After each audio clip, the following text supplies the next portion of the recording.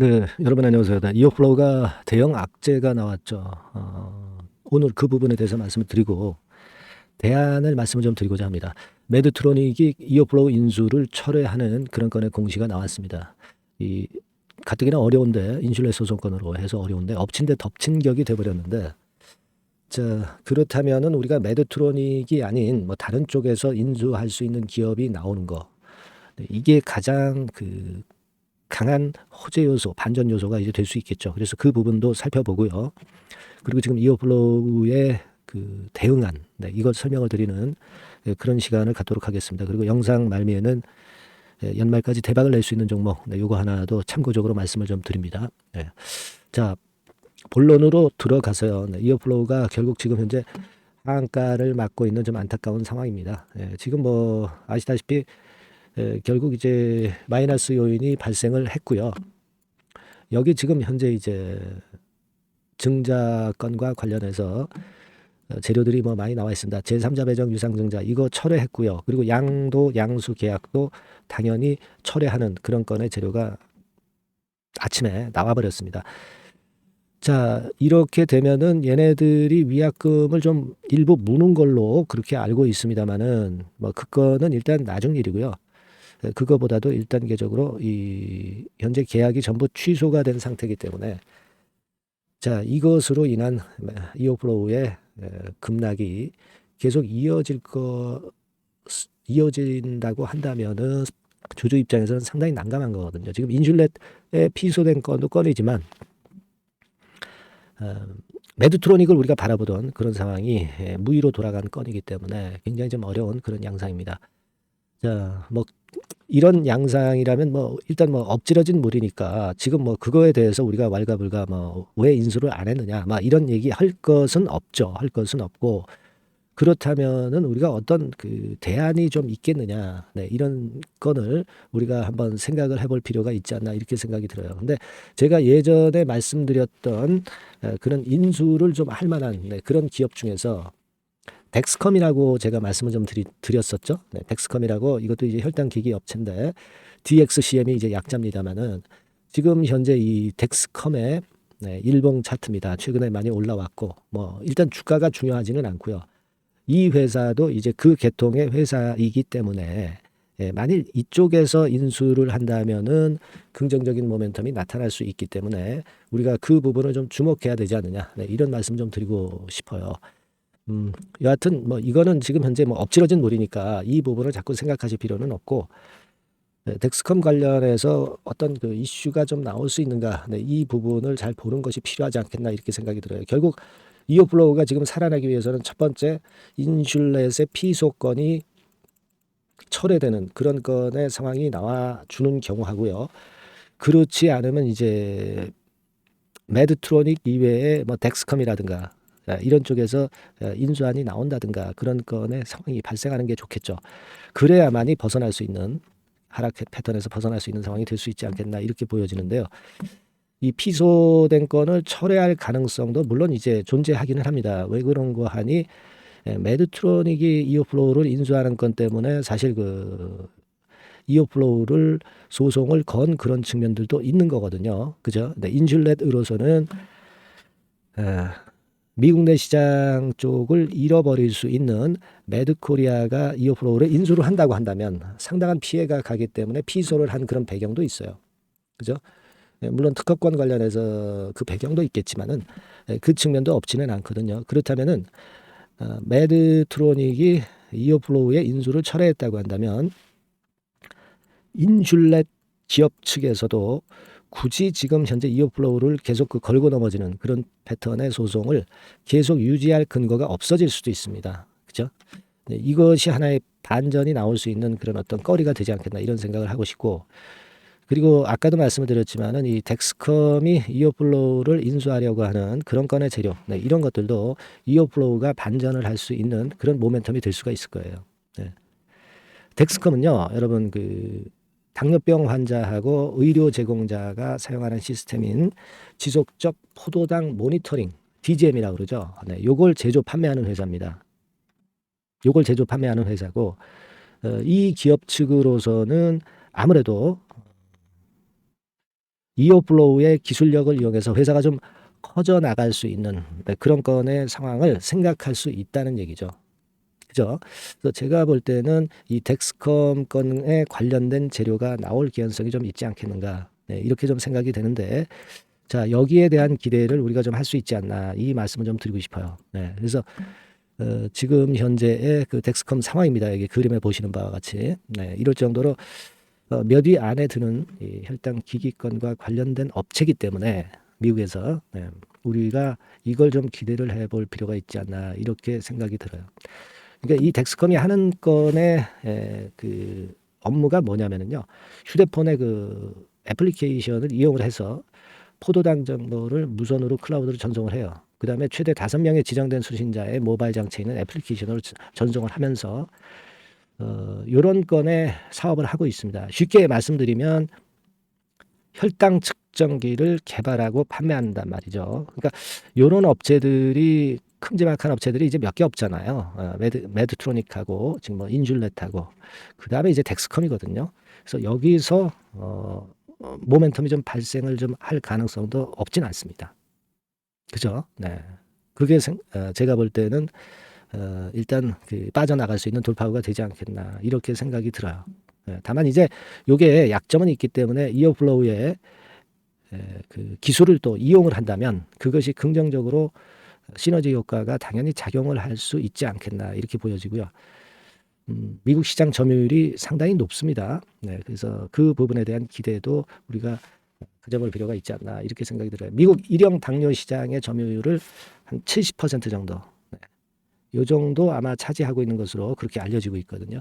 그래서 이 건과 관련된 그 모멘텀이 좀 등장이 좀 돼 줬으면 좋겠다는 생각을 합니다. 네. 그래서 여하튼 제가 뭐 이 건이 지금 현재 매드코리아 건이 갑작스럽게 발표를 했기 때문에 1단계적으로는 이 사안 때문에 지금 현재 급락을 했고 이 부분을 좀 말씀드리기 위해서 이제 영상을 찍었고 그리고 지금 제가 말씀드린 대로 이제 구체적인 대안은 결국 인슐렛의 피소가 누그러질 수 있다는 건, 네, 요 부분을 좀 생각할 필요가 있다는 건 하고요.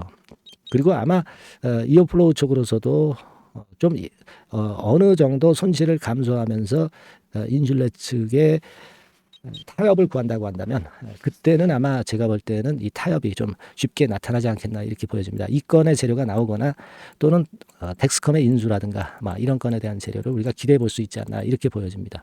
아시겠죠? 그래서 제가 이 지금 우리가 초점을 맞추는 것은 이 덱스컴이에요. 덱스컴이 이어플로우 인수할 가능성이 있는지 그리고 덱스컴이 진짜 어떤 기업인지 이 부분을 제가 정보를 좀 취합해서 좀 빠르게 여러분들한테 말씀을 좀 드릴 건데 요 정보, 세세한 정보를 좀 알고 싶으신 분들 이런 분들 계실 겁니다. 이런 분들이 계시다고 한다면 일단 그 제가 최선을 다해서 자료를 한번 취합해서 말씀을 좀 드릴 거니까 상단의 전화번호로 이오플로우라고 문자를 한번 주세요. 이오플로우라고 문자를 주신 분들에게는 덱스컴에 관련된 자료를 제가 취합한 거를 좀 일단 보내드리도록 하겠고요. 그리고 또 하나는 인슐렛의 피소권과 관련해서 이것이 완화될 수 있는 가능성 뭐 이런 건들에 대한 자료를 지속적으로 제가 보내드릴 거예요. 네, 아시겠죠? 그게 중요하다고 저는 봅니다. 그리고 뭐 오늘은 어쩔 수 없지만 매매를 어떻게 할 것인가 이 매매 사인 건과 관련해서 제가 또 말씀을 문자 주신 분들한테는 드리도록 하겠습니다. 네. 상단에 전화번호 보이시죠? 여기다가 이어플로우라고 문자를 보내셔서 이 위기를 같이 좀 극복을 했으면 좋겠다 하는 그런 바람입니다. 아시겠죠? 그렇게 말씀드릴게요. 꼭 문자 주시기 바랍니다. 그리고 연말까지 대박을 낼 수 있는 종목은 참고적으로 지금부터 말씀드릴 테니까 여러분들 말씀 잘 들으시고 대박 한번 내시기 바랍니다. 말씀드릴게요. 네, 자 대박주. 연말에 여러분들이 대박을 한번 내볼 대박주. 근데 이 대박주가요, 그 리스크를 크게 안고 하는 대박주가 아니라 안전하게 여러분들이 수익을 꼭 낼 수 있는 최소한 더블 정도는 낼 수 있는 그런 대박주를 오늘 공개를 하는 시간을 가져보도록 하겠습니다.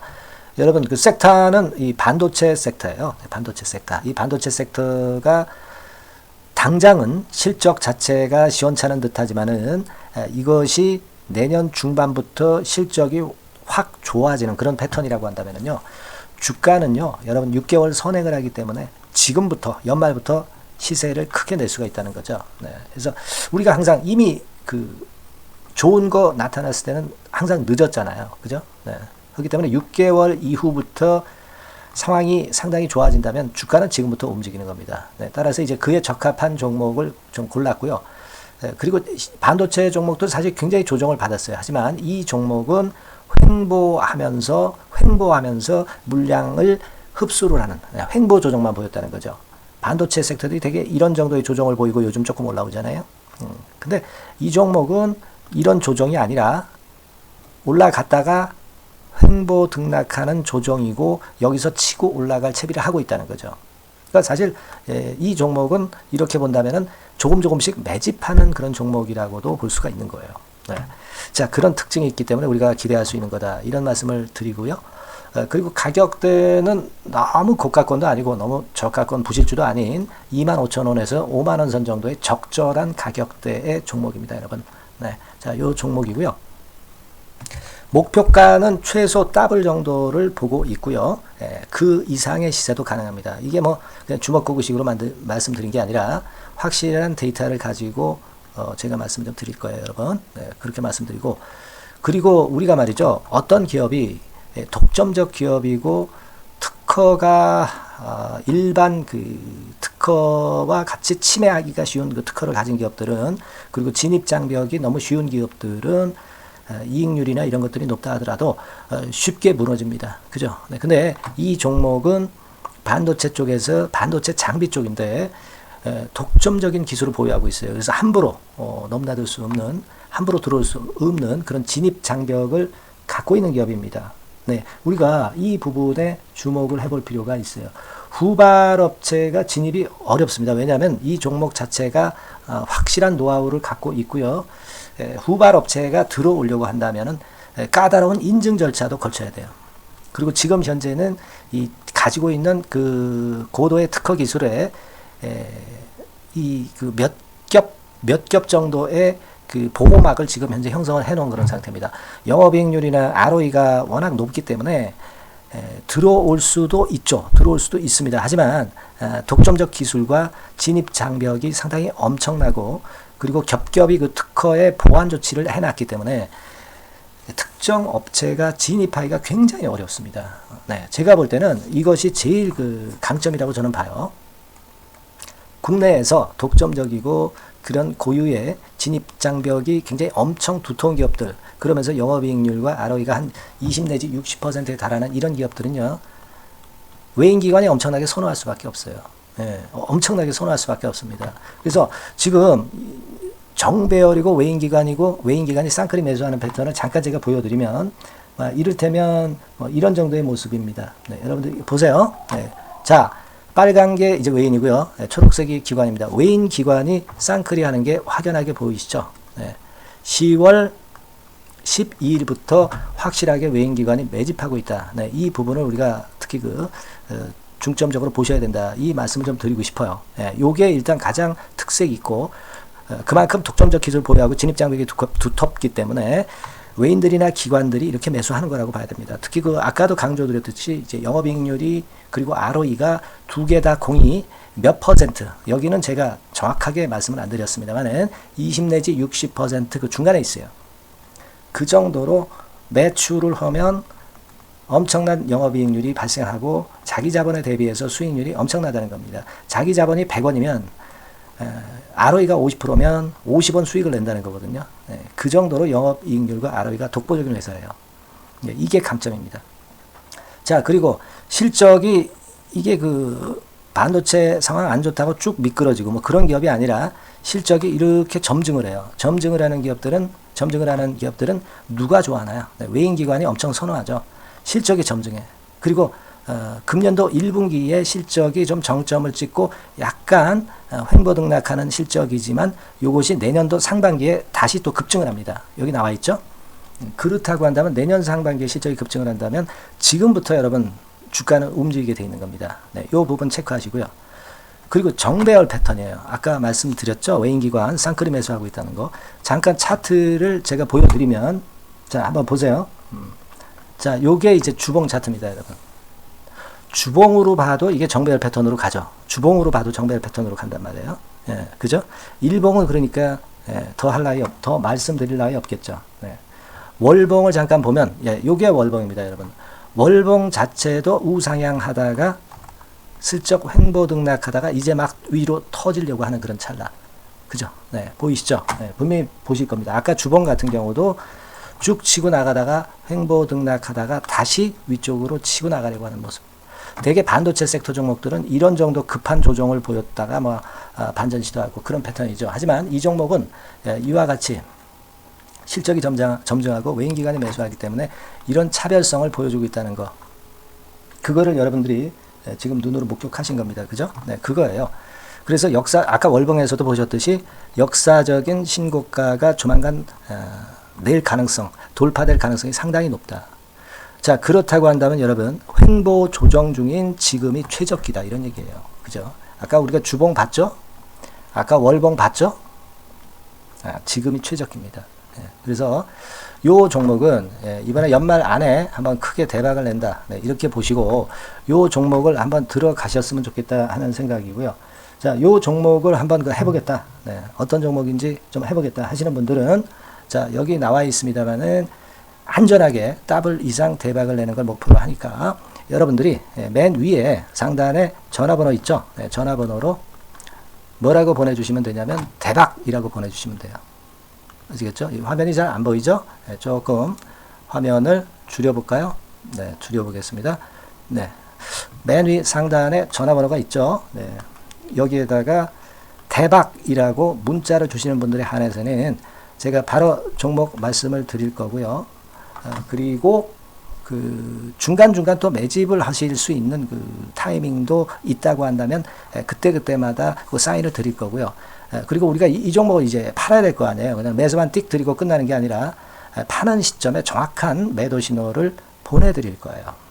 아시겠죠? 이 종목 잘 매매해서 한번 대박 좀 내보시자고요. 상단 전화번호로 대박이라고 문자 주시기 바랍니다. 제가 최선을 다해서 여러분 끝까지 매매 끝날 때까지 잘 모시겠습니다. 잘 케어를 하겠어요. 대박이라고 많은 문자 보내주세요. 네. 자, 감사합니다. 이상으로 마치겠습니다.